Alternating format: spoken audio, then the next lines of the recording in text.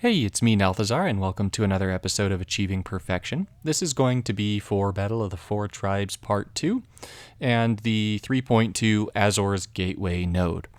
Now, just a quick heads up, this episode is going to be a little bit different than some other episodes just due to the nature of how this fight plays out. And so for beginners, there isn't exactly a one-size-fits-all deck. It's more just that there are a lot of different avenues that you could go to try and beat this node. So I'm actually just going to go over all the different avenues that I think you can go to reasonably beat this node. So for more experienced players, I do have a deck for you. And then for newer players, I can help you with deck building. So for you people who have pretty much everything, I would go with something like this here. Now, the node itself, and then I'll get into why I would do this. So for this 3.2 node, this is one of the most difficult PvE encounters in the game. And it's one of the most difficult because of the ability that this Azor's Gateway has. So Azor's Gateway only has 222 health, which really isn't that high for a PvE encounter. It's got reasonable mana gains at +3 across the board. But the abilities are where this node is going to get you. So between Maze of the Sun and Trap of the Sun, it's really that Trap of the Sun thing. So if the opponent has City's Blessing, they deal 999 damage to you once they get 12 loyalty. So getting City's Blessing is pretty easy. You just need to have 10 total permanents on the board. So 10 supports, 10 creatures with reinforcements. Reinforcements count. This is a node where your opponent's going to play a lot of treasure tokens, and those little support tokens count. Now, the City's Blessing is only going to activate if they play a card that has City's Blessing, and there are a number of those cards in the deck, so it'll be pretty easy for Azor's Gateway to get to that. The deck itself has a number of ways, like I said, of getting treasure tokens, be it once every turn or a few with playing a specific card. There really aren't any creatures, as you'll see that there's the Shorekeeper, and Shorekeeper can't hurt you. So literally the only way that this node is going to beat you is with Trap of the Sun. Now, your objectives are going to be to win the fight within 12 rounds, and cast 4 or more creatures with power 3 or less. Now, if you're a newer player, I would just completely ignore the weak stone, the speed objective. Just go for actually beating this node, and then keep moving on with the event. If you've got the cards to actually be able to complete both objectives, then by all means, go ahead, go for both objectives. But yeah, just definitely be careful with this one. So for players that have basically everything, you'll see that this is your run-of-the-mill green gem conversion.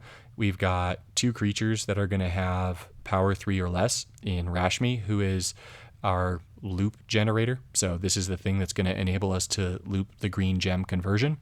And then we've got Ulvenwald Hydra, who is going to convert gems to green and get stronger. So with the Ulvenwald Hydra getting stronger, you're going to get to a position where you're going to be able to just knock out your opponent.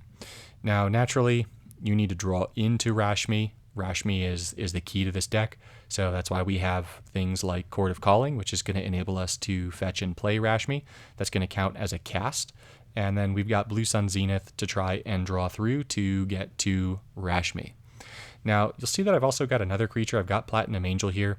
You can sub out Platinum Angel for a creature that's going to help you win the game more quickly, but I like running Platinum Angel here because once Platinum Angel comes down, the Azor's Gateway doesn't have a lot of ways of dealing with it. I know that they've got Vona's Hunger, they've got Contract Killing. I mean, I guess, it's got some removal, but the really nice thing about Platinum Angel is if you get Platinum Angel down and that's not what they're targeting, then they can use Trap of the Sun, and instead of doing 999 damage to you, the Platinum Angel just gets -1/-1 instead. The other card that I like using here is Cultivator of Blades, because it's going to make it so that you can just kill your opponent a lot more quickly, because as you saw, I'm using Finale of Devastation, and with Finale of Devastation, you're giving all your creatures +8/+8 until end of turn. And so Cultivator of Blades is a 3/3, but that means that when you are giving +8/+8 to everything, it's like you're giving +8/+8 to Cultivator, and then you're giving +16/+16 to your other two creatures. So each Finale of Devastation is adding 40 damage, not including the creature that you bring out. So that's a heck of a lot of damage to be adding with each Finale of Devastation cast. The rest of the deck is really straightforward. It's just gem conversion, so Seasons Past, Nissa's Renewal, all that kind of nonsense. Now, if you can't make this deck, what should you do for this node? So believe it or not, you've actually got quite a few options at your disposal. One of those options is something that this event gives to you, and another one is just you go to your cards, right, and you can go ahead and just type in prevent damage, right? This is the first avenue that I would go if you don't have the Immortal Sun. Or I suppose I should type in Immortal Sun, right? Loyalty. Actually, is that what it's called? I think they're called loyalty abilities, right? Yeah. So the Immortal Sun is going to make it so that Planeswalkers can't activate loyalty abilities. So if you've already got the Immortal Sun, you're a newer player to the game, go ahead, throw this in your deck, and then you can just block out that Trap of the Sun. And now Azor's Gateway has literally no way of killing you as long as the Immortal Sun stays down. The only downside is if they get some crazy cascade and destroy your Immortal Sun. So just make sure you get an Immortal Sun down and you keep it down.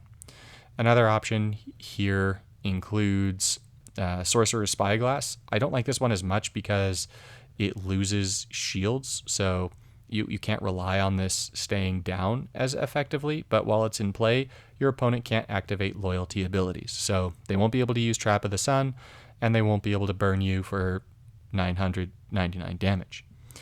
Now, some other options, and these ones are in many ways better options. You could go ahead and you type in prevent damage, because maybe you don't have the Immortal Sun yet. Maybe this is your first time doing this event, right? So fortunately for you, there are a number of different things that you can do. So it doesn't have to be rare. I'm sorry. So one thing you can do is run Lich's Mastery. And there's a bunch of other cards that you can run that are going to give you prevent damage. So if you just type in prevent damage, look through what you have, and give yourself something that is going to cause prevent damage. So Lich's Mastery is one. There's actually a Leyline, by the way, that gives you hexproof, but that does not save you. This just does the damage to the opponent's Planeswalker. It doesn't target you. It just does the damage. So giving yourself hexproof doesn't matter. Don't rely on that. Alternatively, what you could do is you could make an Angel of Grace combo, where Angel of Grace is the only creature in your deck, and you use Killer Instinct, or you have it with something like Thassa or Oath of Teferi, and then Angel of Grace is just going to come onto the battlefield every turn and give you a permanent prevent damage. So there's a bunch of ways of making this work. As long as you have a way of ensuring that Angel of Grace comes down either A, every time you want, or B, just when you see that your opponent has loyalty ability ready. The downside is that because the opponent has a bunch of like convert to loyalty, you're really putting yourself at risk unless you are playing one of those every single turn. You could also go with playing spells like Haze of Pollen, which is going to give you prevent damage until the beginning of your next turn. And there's a bunch of different spells like Haze of Pollen. So there's Haze of Pollen. There's also Root Snare.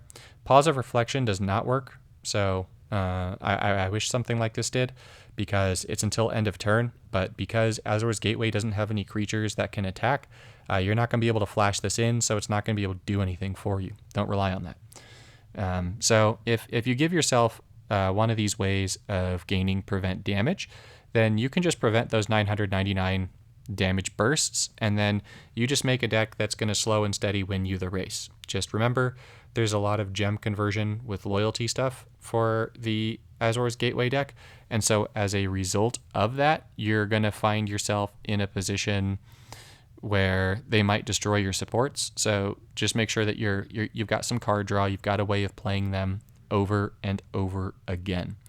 There's one more support that you can use. It's the Gideon's. Where are you? Gideon's Intervention. So if you take damage instead, this support loses shields.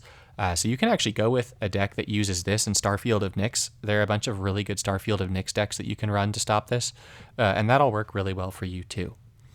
Now there is one other avenue that I would suggest for this. It's not as foolproof, but you can go with something like Alpine Moon. And Alpine Moon is going to destroy all of your opponent's supports. So really the only way that Azor's Gateway is going to reach the city's blessing is by getting a bunch of treasure tokens down.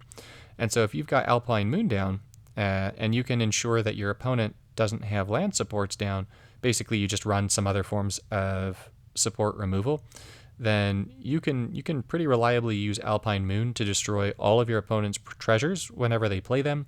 And then if their treasures aren't going to be getting them to City's Blessing, they're not getting to City's Blessing. They've got really no way of reinforcing. They don't have creature tokens.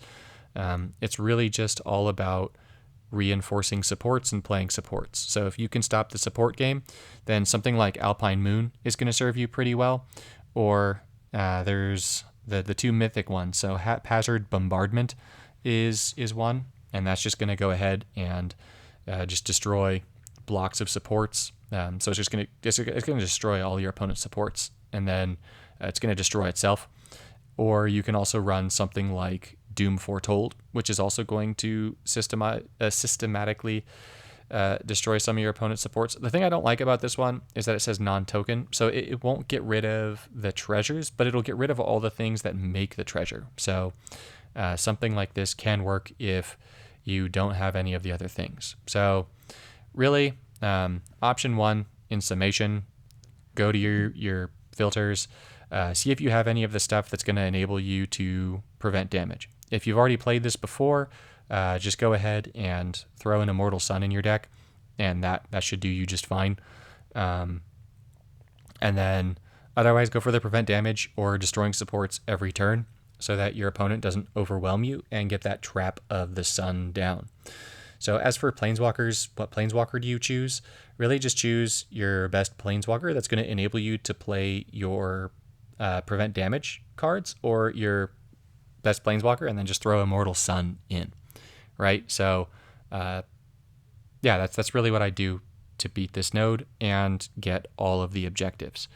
So I hope this helps you out. I hope you're able to beat the node, and ideally you're able to make a deck that goes perfect on this node. And I'll see you in the next one.